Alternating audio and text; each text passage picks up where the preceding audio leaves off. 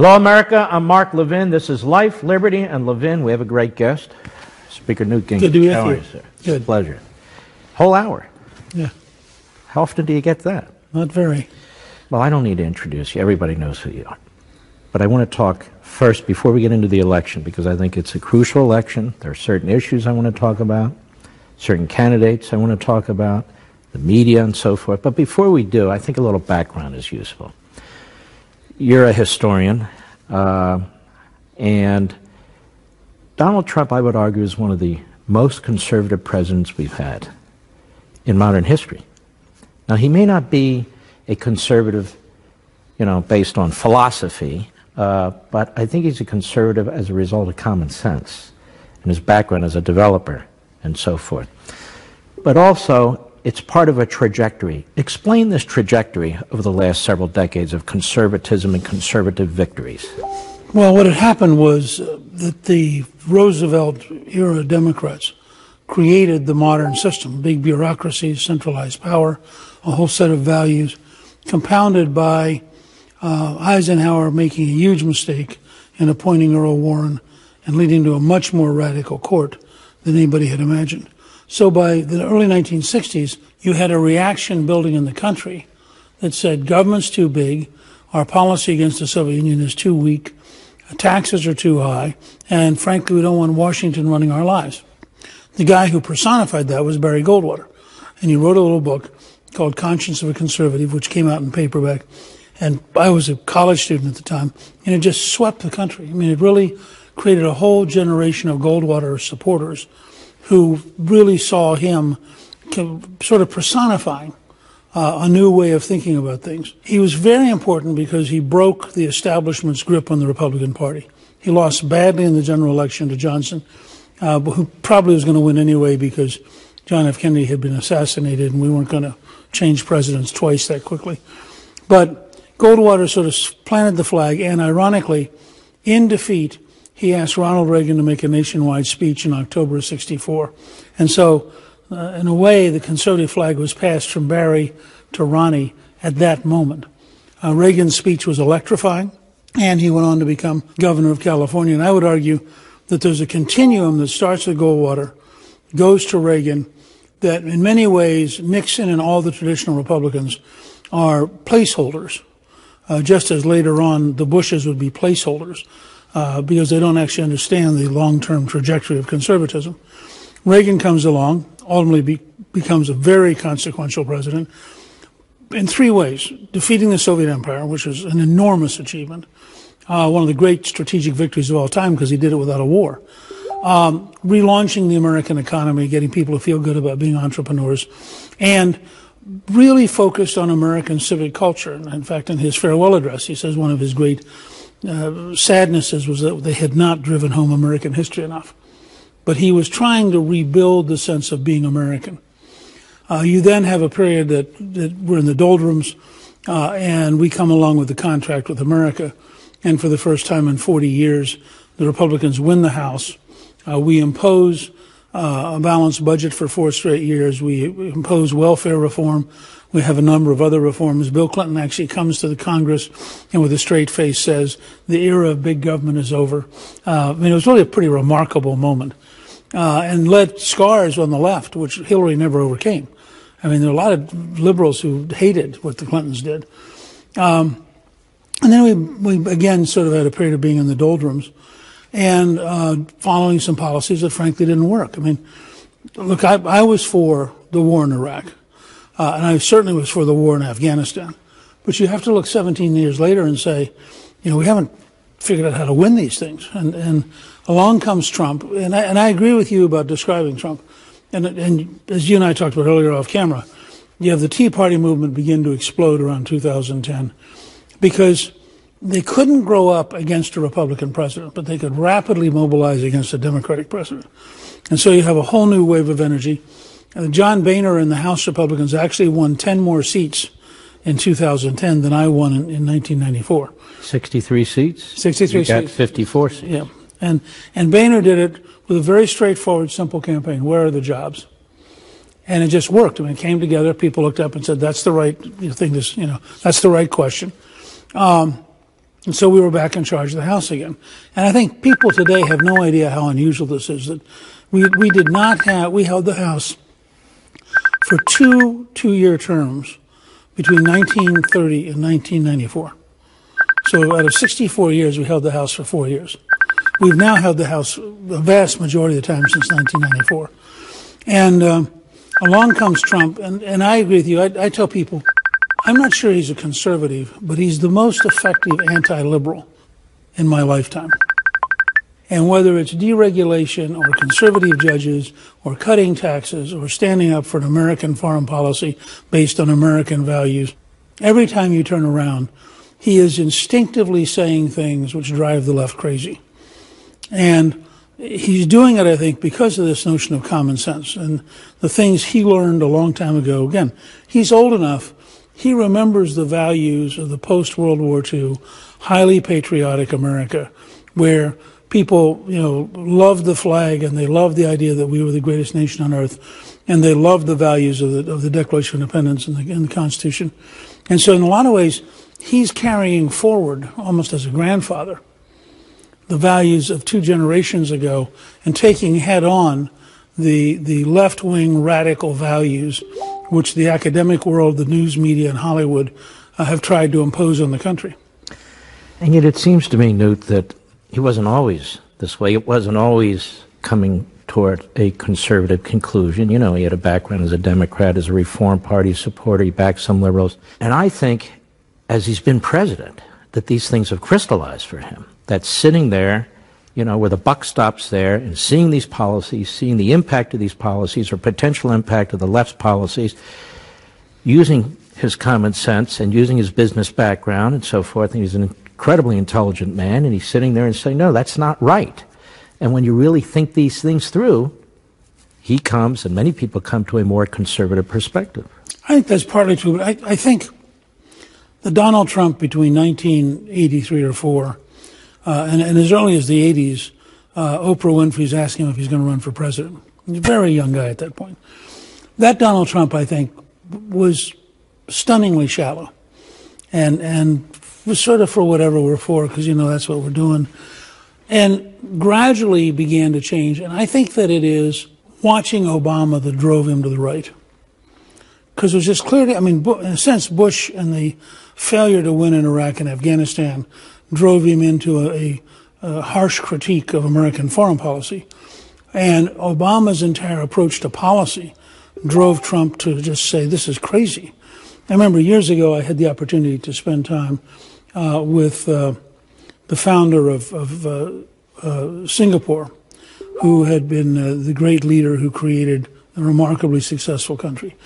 And I asked him, what was the base of what he did? He said, I was a graduate student in Britain during the Labour government right after World War II.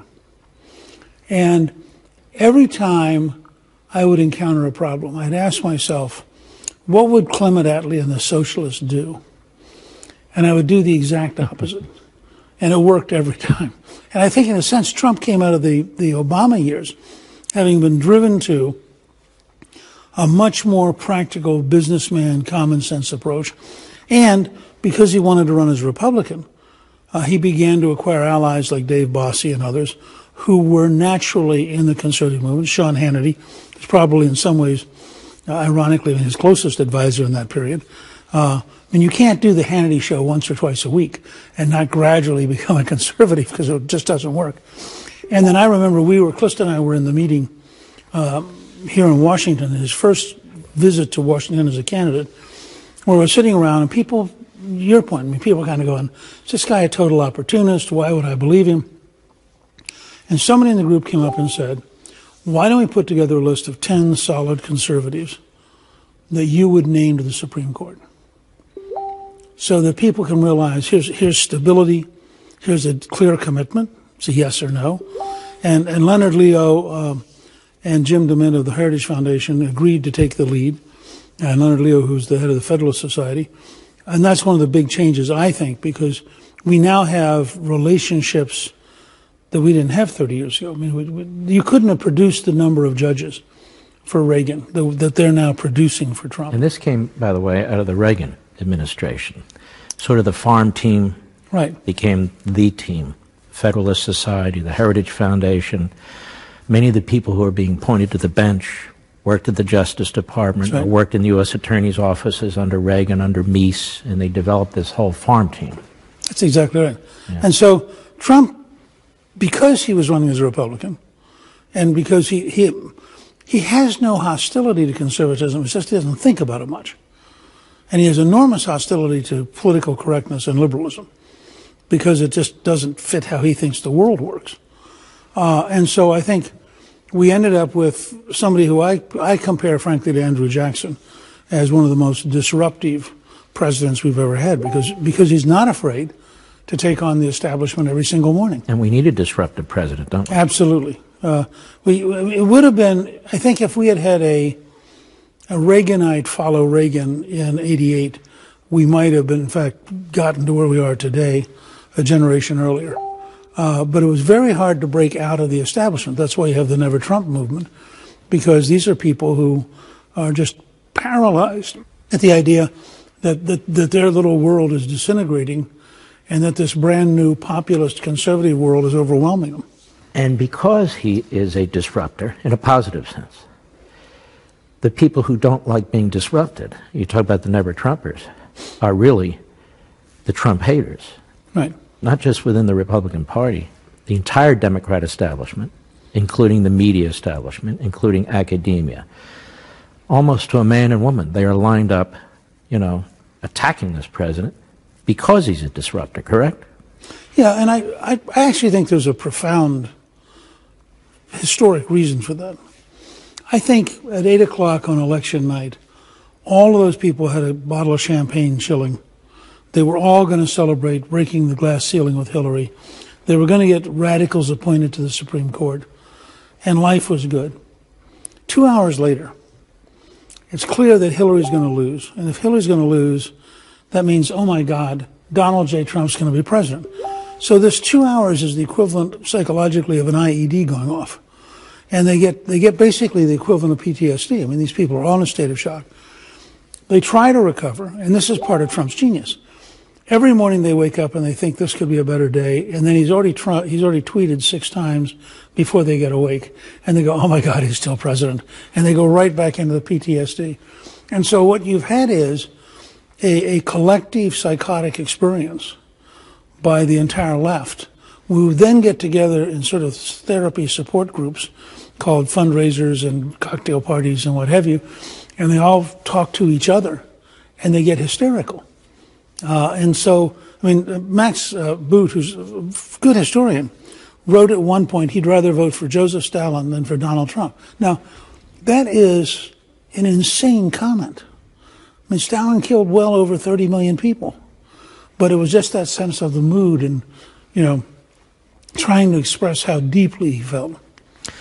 When we come back, I'm going to ask you what all of this has to do with the upcoming midterm elections and how you compare this to other midterm elections. Is it as important and consequential as so many people have said, or is it just another election?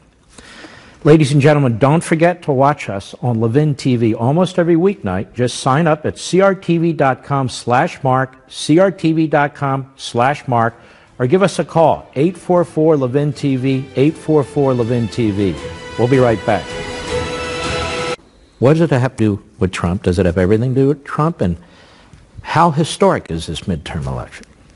Well, I think it's a very historic election because I think Trump is a very historic, disruptive figure. And if at the beginning of the year the great blue wave had actually emerged and they had won the Senate and the House, I think Trump would have been in real trouble, and there would have been a sense he was repudiated. Now, I went out on a limb this week and said, look, I think it is more likely that we will have 57 Republican senators than that Schumer will be the majority leader. Now, that's a conditional bet, but I think that the odds against Schumer are now so bad that and I think we could get as high as 58 or 59, but that would take winning in New Jersey and winning in Minnesota. That would be a red wave almost. Well, that would mean if we got that many, it would be a red wave. I think in the House, where we had an unusually large number of retirees, that they're having to fight their way back. But I think with leadership from Kevin McCarthy and Steve Scalise and others, and with a lot of fundraising by Paul Ryan, they're certainly within fighting distance. And I've told people, I think it's probably somewhere between 229 Republican, in which case we'd be a majority, and in a worst case, about 204. And what is a majority? How many do you need? 218. 218. And so, and we currently, right now, I think are at 241. So you're fairly optimistic. I'm very optimistic in the Senate, and I'm pretty optimistic overall. And I think we still have, almost 10 days to get to the election. And in 2016, we actually got stronger every single day. Well, the early numbers, and they are that, from NBC, among others, they're looking at a number of these states.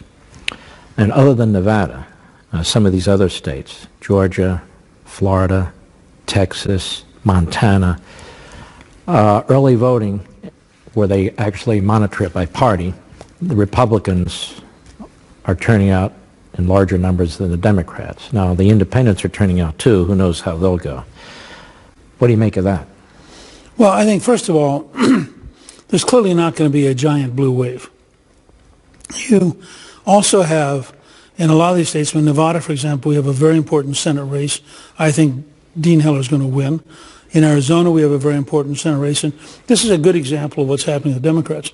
They nominated a congresswoman named Sinema, who turned out to be a real radical and led anti-war demonstrations in a pink tutu, went on a radio show and said that she thought it was okay for Americans to join the Taliban.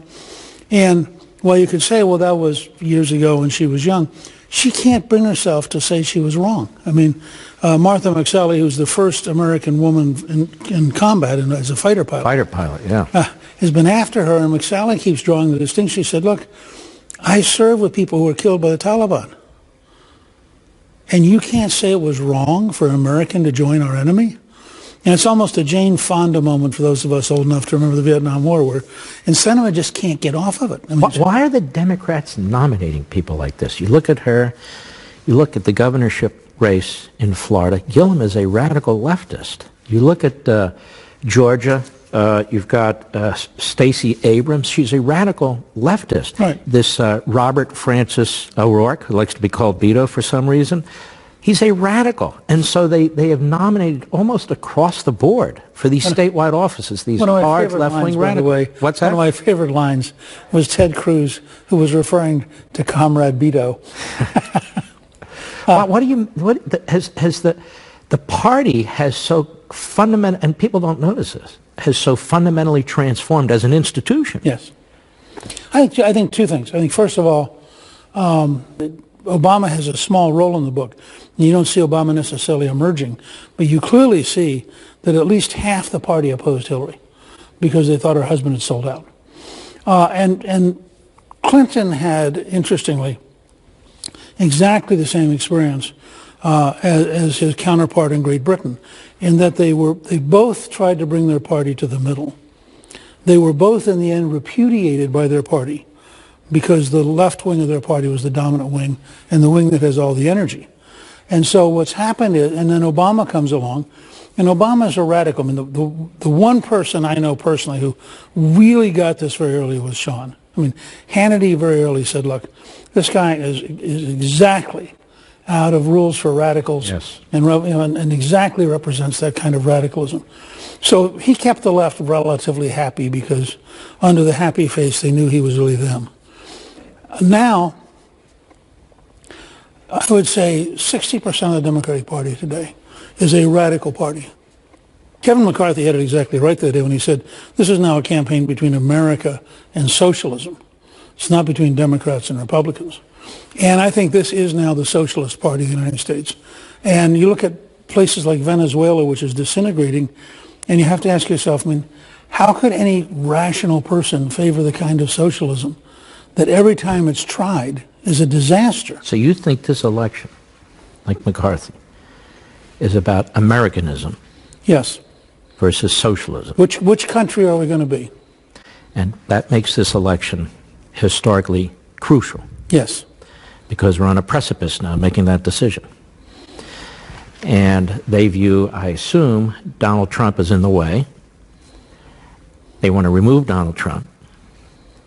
They want to repudiate the 2016 election. They want to take one of the instrumentalities of the federal government so they have a foothold from which, I guess, to spring in 2020 as well. And their entire agenda is sort of political Molotov cocktails. That is, subpoenas, impeachment, slow Trump down, so forth. Well, not really even an agenda that they're prepared to run on. As radical as they are, they're smart enough to try and camouflage their actual views, aren't they? They are, but I think also, I mean, it's genuine hostility. It's Antifa trashing the Republican Party offices in New York. It's some guys throwing a boulder through Kevin McCarthy's campaign office in California. It's a crowd going in to try to drive the Senate Majority Leader McConnell and his wife out of a restaurant where they're having dinner. Ted Cruz. So many we can't even name them all. Yeah, and so you've had this backdrop of growing hostility. And you've had people like Congressman Waters saying, go after them wherever they appear in public, don't let them appear in public, you know, and so forth. And all of that now, we'll see what happens because of the bombs that were mailed and whether or not suddenly people take a deep breath and begin to lower their voices. But when you have the former Attorney General of the United States say, if the Republicans go low, kick them, and you have Hillary Clinton the other day saying, we can't possibly be civil to these people, there really was a wall that said that Republicans are the other, and our job is to crush them and get rid of them. When we come back, I want to ask you, what are the big issues in this campaign, and also the media's role leading up to the campaign and today. We'll be right back. Live from America's headquarters, I'm Lauren Green. Thousands gathered at the Soldiers and Sailors Memorial Hall in Pittsburgh today to mourn the loss of the 11 people who were killed Saturday when a gunman opened fire during Sabbath services at the Tree of Life Synagogue in Pittsburgh. The authorities releasing the names of the 8 men and 3 women who were killed, all of them middle-aged or elderly, ranging in age from 54 to 97. Among them, 2 brothers and a married couple. Indonesia's Lion Air says it has lost contact with a passenger jet flying from Jakarta to an island off Sumatra. A search and rescue effort has been launched for the Boeing 737-800 plane, which departed Jakarta around 6:20 a.m. on Monday. It's not clear yet how many people are on board. Stay with Fox News Channel for more on this developing story. I'm Lauren Green. Now back to Life, Liberty, and Levin. You know, I look at the media, and you look at these bomb threats, and you look at Antifa and Black Lives Matter, and how they really have played down Antifa and Black Lives Matter and other radical organizations and the things you listed earlier, and there's a long list of the harassment of Trump officials and Republican officials in restaurants and so forth. And then last week, the president calls himself a nationalist. Now, I'm not a nationalist. I'm a constitutional conservative. But I know what he meant by that. He meant Americanism. America first. And they insinuate or flat out say he's Hitler. He's comparing himself to Hitler, and that Trump is too foolish. He doesn't even know he's comparing himself to Hitler. Well, actually, the new nationalism speech was given by Theodore Roosevelt. It is a progressive part of their ideology, or at least it was. And I'm thinking, how in the world do you compare this president to Hitler and Stalin and then take from that he's a racist? He hasn't done anything that suggests that. And so this is a mantra that they keep pushing, a propaganda that they keep pushing. And then I ask myself, are they trying to influence the election? Are they just trying to destroy the man? Are they trying to remove the man?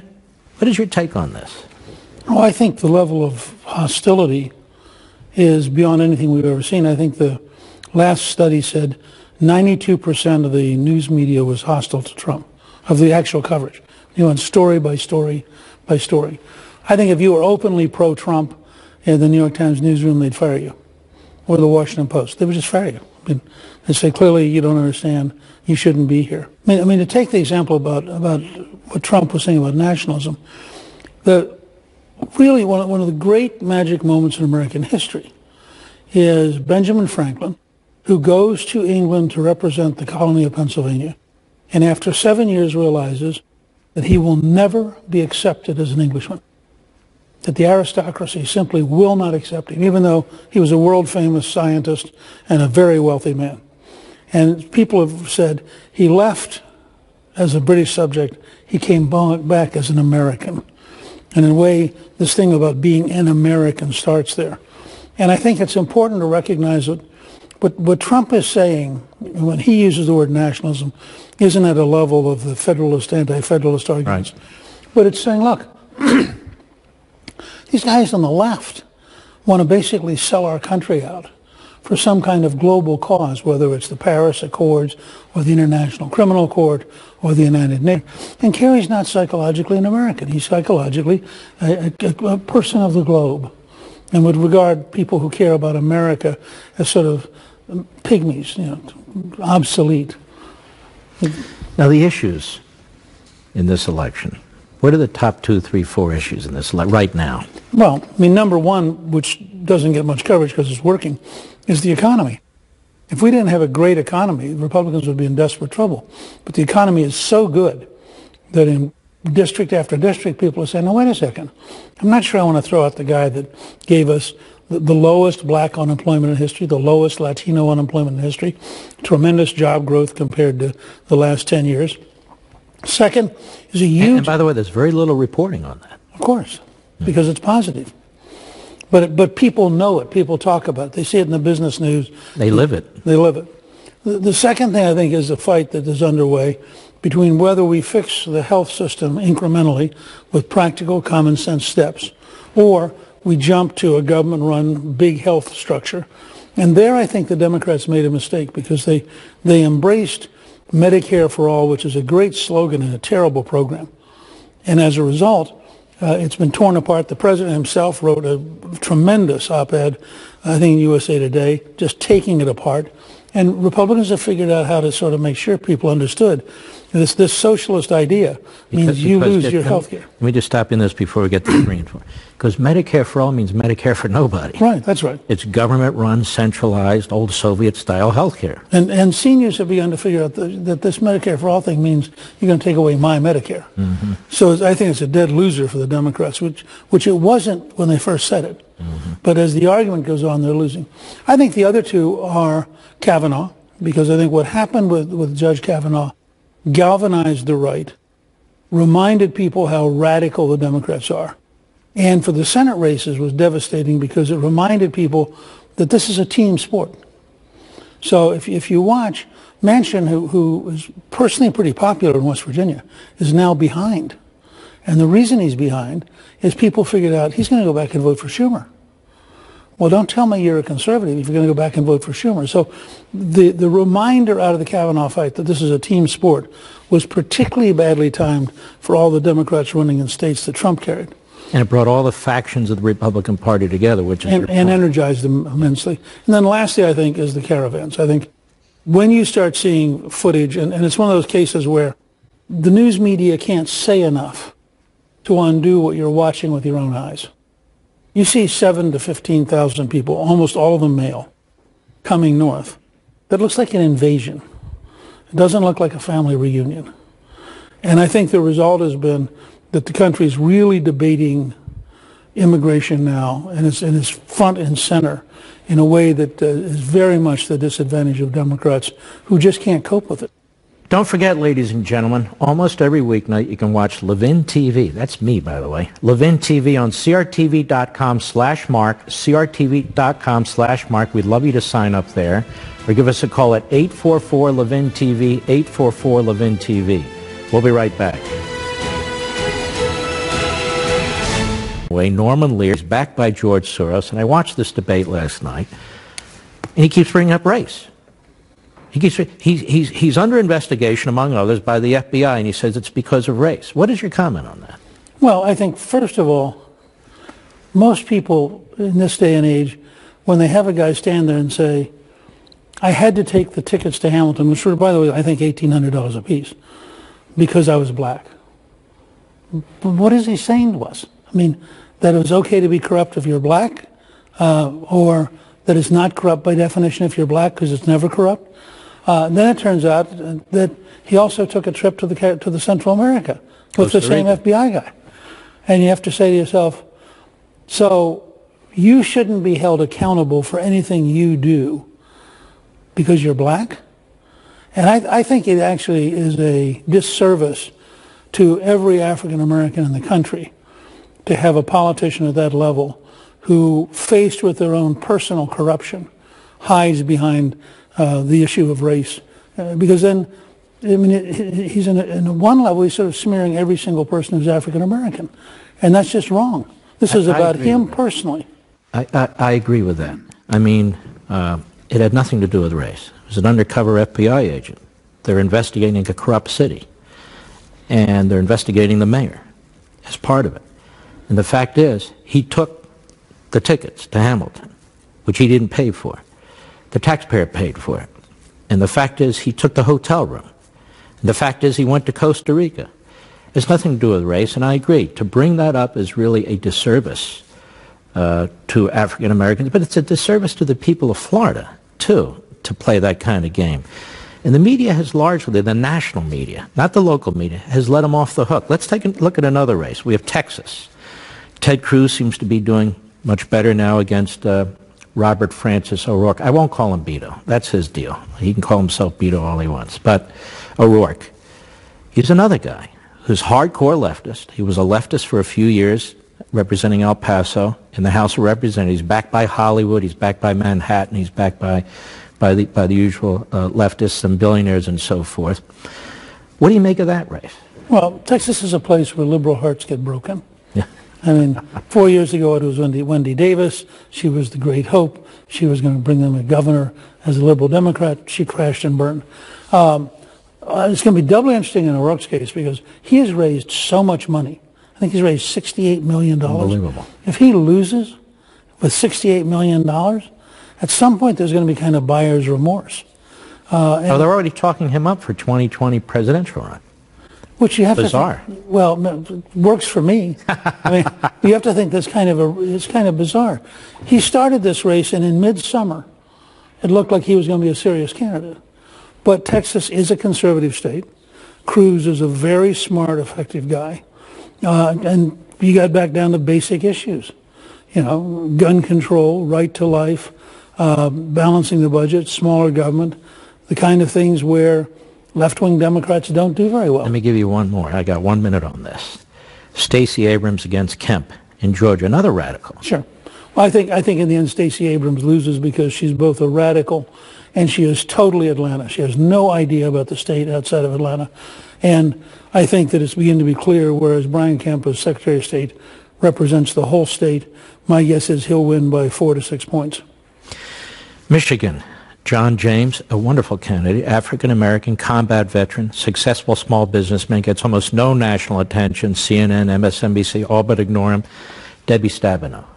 If he gets enough money in the next week, and if there are a couple of breaks, he'll win. The most recent poll that just came out showed the governor's race much closer, the lieutenant governor's race much closer. I mean, everything in Michigan is coming together and getting much, much tighter. That would be one of the biggest upsets. But he's such an attractive candidate and has such a great background. And Stabenow's been around a long time.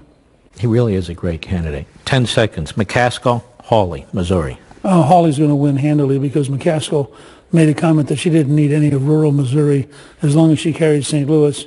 There ain't enough votes in St. Louis. And she can only conceal her left-wing beliefs so long in a state like Missouri, and at this point, she's been unable to conceal them. We'll be right back.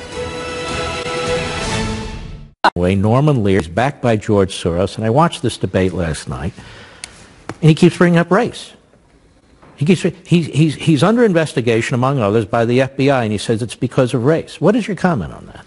Well, I think, first of all, most people in this day and age, when they have a guy stand there and say, I had to take the tickets to Hamilton, which were, by the way, I think $1,800 a piece, because I was black. But what is he saying to us? I mean, that it was okay to be corrupt if you're black, or that it's not corrupt by definition if you're black because it's never corrupt. Then it turns out that he also took a trip to the Central America with the same FBI guy. And you have to say to yourself, so you shouldn't be held accountable for anything you do because you're black? And I think it actually is a disservice to every African American in the country to have a politician at that level who, faced with their own personal corruption, hides behind the issue of race. Because then, I mean, he's in one level, he's sort of smearing every single person who's African American. And that's just wrong. This is about him personally. I agree with that. I mean, it had nothing to do with race. It was an undercover FBI agent. They're investigating a corrupt city. And they're investigating the mayor as part of it. And the fact is, he took the tickets to Hamilton, which he didn't pay for. The taxpayer paid for it. And the fact is, he took the hotel room. And the fact is, he went to Costa Rica.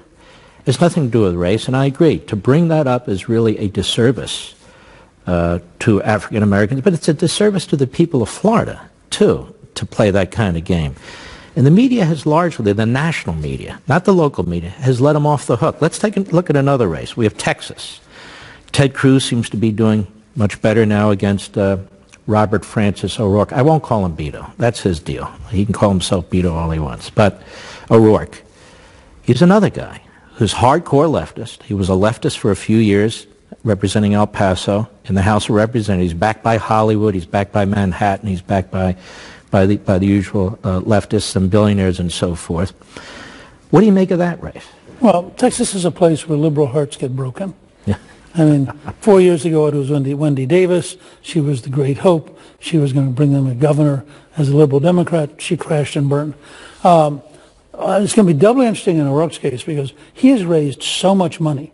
I think he's raised $68 million. Unbelievable. If he loses with $68 million, at some point there's going to be kind of buyer's remorse. They're already talking him up for 2020 presidential run. Which you have bizarre. To think, well, works for me. I mean, you have to think it's kind of bizarre. He started this race, and in midsummer, it looked like he was going to be a serious candidate. But Texas is a conservative state. Cruz is a very smart, effective guy, and you got back down to basic issues, you know, gun control, right to life, balancing the budget, smaller government, the kind of things where left-wing Democrats don't do very well. Let me give you one more. I got 1 minute on this. Stacey Abrams against Kemp in Georgia, another radical. Sure.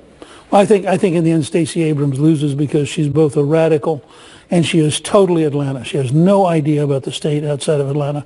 And I think that it's beginning to be clear, whereas Brian Kemp as Secretary of State represents the whole state, my guess is he'll win by 4 to 6 points. Michigan. John James, a wonderful candidate, African-American, combat veteran, successful small businessman, gets almost no national attention. CNN, MSNBC, all but ignore him. Debbie Stabenow.